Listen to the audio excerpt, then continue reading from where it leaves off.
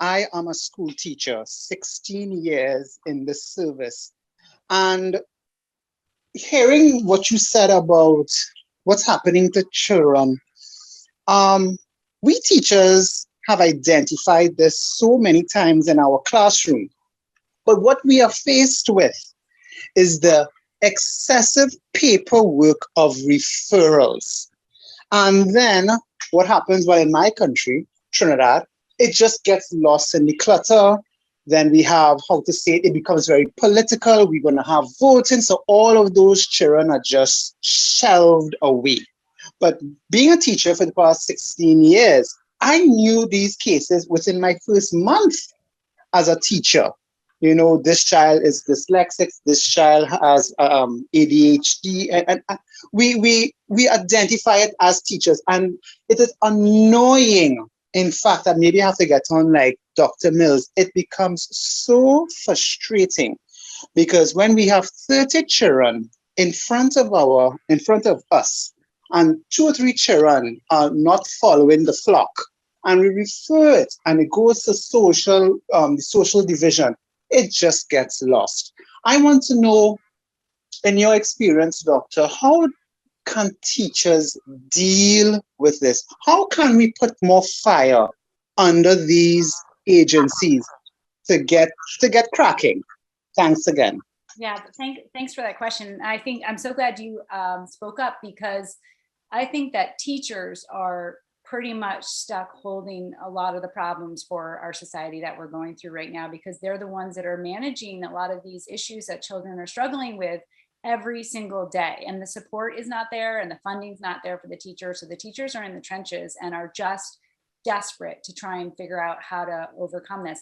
So what I would say is that I think it's really important to engage physicians and parents in this conversation, because I think many physicians and many parents don't know what's happening or what they can do, because many physicians weren't trained to look sort of from an integrative or functional perspective at their patients. A lot of times they're just managing symptoms with pharmaceuticals. I mean, that's just what they were trained in. So I think understanding the importance of nutrition for both physicians and parents is going to be massively important for communities to tackle. So I've seen some communities where, usually a parent brings experts into community meetings for the school. So, you pull the community together and you have a nutritionist come and talk about strategies for getting picky eaters to eat and improving nutrition in children, and, talking about screen time and all these kind of environmental things that, we just take for granted as normal. It's normal for kids to eat macaroni and cheese every day. It's normal for kids to eat tons of sugar. It's normal for kids to spend 8 and 10 hours in front of a screen. That feels normal, but it's not good for their health. So I think, if you're interested in becoming sort of more activist about it, it's about getting some people in your community. So finding a functional medicine doctor, an integrative physician who will come in and talk to a group of parents. Finding sort of, maybe there's a nutritionist in the area or somebody who focuses on environmental health, and bringing them in to talk to parents at a community meeting. I think that's the best thing we can do right now. And get the parents involved, because again, parents just don't know how they want to help their kids too. They want this all to go swimmingly, but and sometimes it's just about education and knowledge. So that's my best suggestion, is really just to, pull some people together in the community and get them talking about these issues. Thanks very much, Beth. And up next we have Ben. I'm going to unmute you, Ben. Hi, Ben.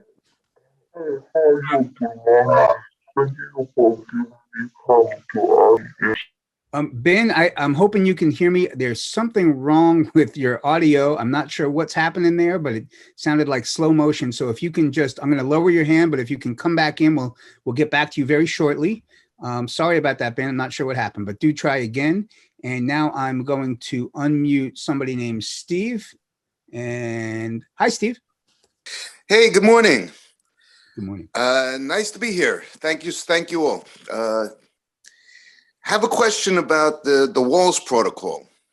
Been following Terry Walls for over 8 years now, and she keeps saying that her studies are imminent and going to be published. And there's been one small study comparing by the NIH, comparing her protocol to Dr. Roy Swank, who's got 50 years of follow-up. And it just seems like another one of these, paleo protocols that they get a lot of benefit from taking out some of the bad stuff, but we're still waiting for somebody to show us that there's a real additional benefit to adding animal products as opposed to going completely plant-based. A lot of the other things that this speaker quoted had studies and things to support them.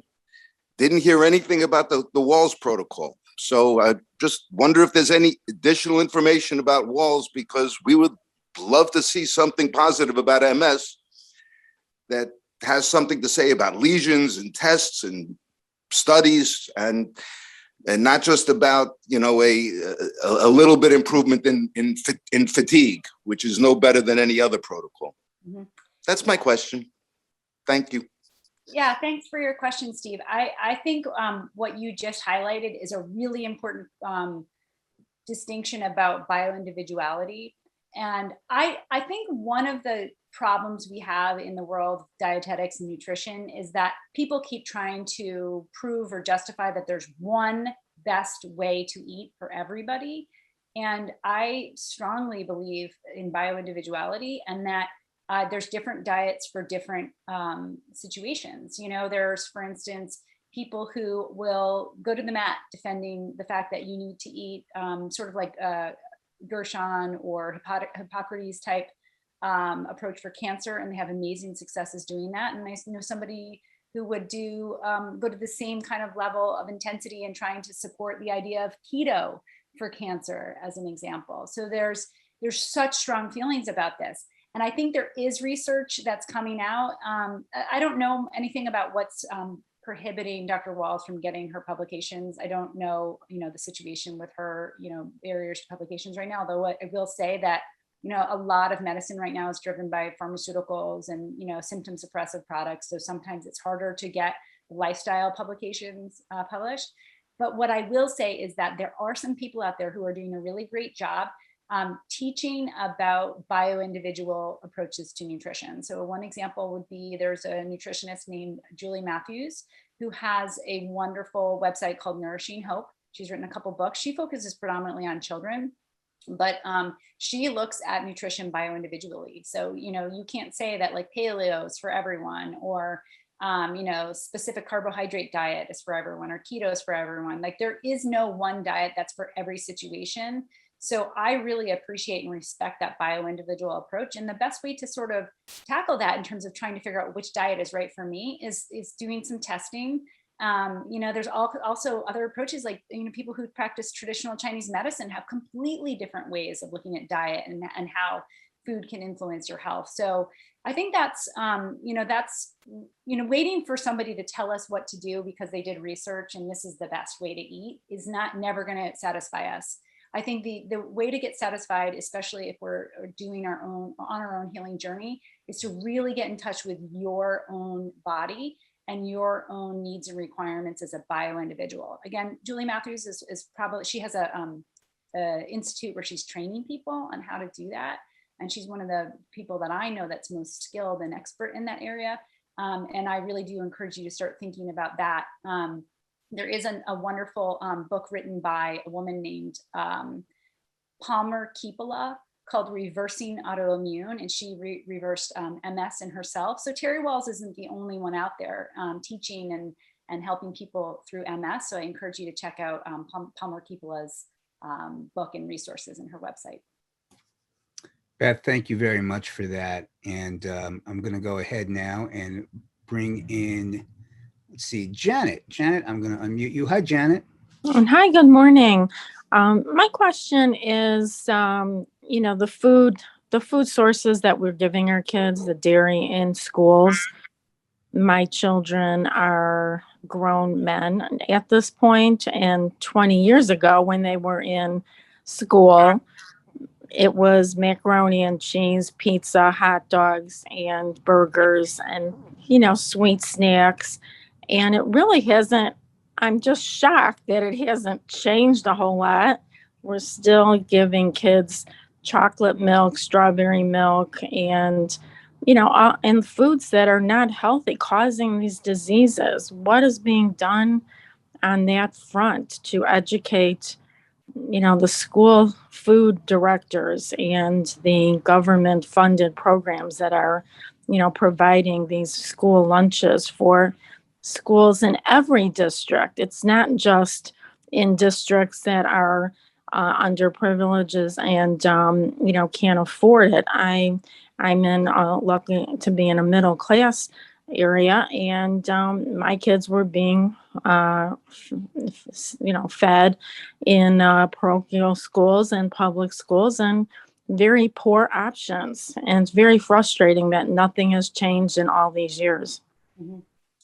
Yeah, Janet, I have to share an anecdote with you. When my kids were younger, in elementary school, I was appalled watching the food that was being offered in the public school system. So I went into my children's public school and sat down with the director of nutrition there, and literally went line by line through her, her orders that she was putting in for the different types of food for the entire school system, and went through to try and troubleshoot and problem solve ways that we could improve the nutritional quality of the food, the nutrient density. I mean, literally it was looking with her through her records and being like, okay, can we replace this, processed food with black beans instead, for more fiber? Like and her hands were tied. She only had so much money. She only had so much support. There were nutritional guidelines that came from the federal government, from state guidelines. I mean, these people's hands are tied. It's so hard. So the thing that I think is the answer is, just like I was saying moments ago to Ainsley's question about, what do we do about this in the schools? It has to happen on a community level. And I'll give you a great example. There is a wonderful woman named Hillary Boynton who is in Southern California, and she has a program called School of Lunch. And she is training different nutrition professionals how to incorporate more nutrient dense food into the school lunch programs. For instance, there are some communities where parents literally volunteer and come in to man a salad bar because there isn't enough money to have staff man a salad bar, and there's federal requirements, et cetera. So there are communities where the parents come in and volunteer and support in order to get more nutritious food into the community. And Hillary Boynton in the School of Lunch, is her program, trains people how to do these community-based efforts. So what I'm telling you is that it is like at the governmental level, at the policy level, it is just gridlock and it's hard. But if you can get a group of motivated parents together to try and problem solve this on the local level, I know that sounds like easier said than done, but I've seen people who have done it when the parents are motivated enough. Again, it all just comes back to community-based approaches to restoring our children's health. Beth, thank you very, very much for that. We have Laura is back. Let's cross our fingers that I'm going to ask you to unmute Laura and see if that works. Oh, hang on. Okay, Laura, are you there? Oh no, we still have a problem with Laura's audio. Laura, I'm not sure what to tell you to do on your end, but I see that you're unmuted and we are just not hearing you. I don't know if there's a volume control on your own computer. Laura, are you there? I see you just muted yourself, and let's try to, I'm going to ask you to unmute one more time. Laura, I'm so sorry. We're still not getting you. Just not sure what to do there.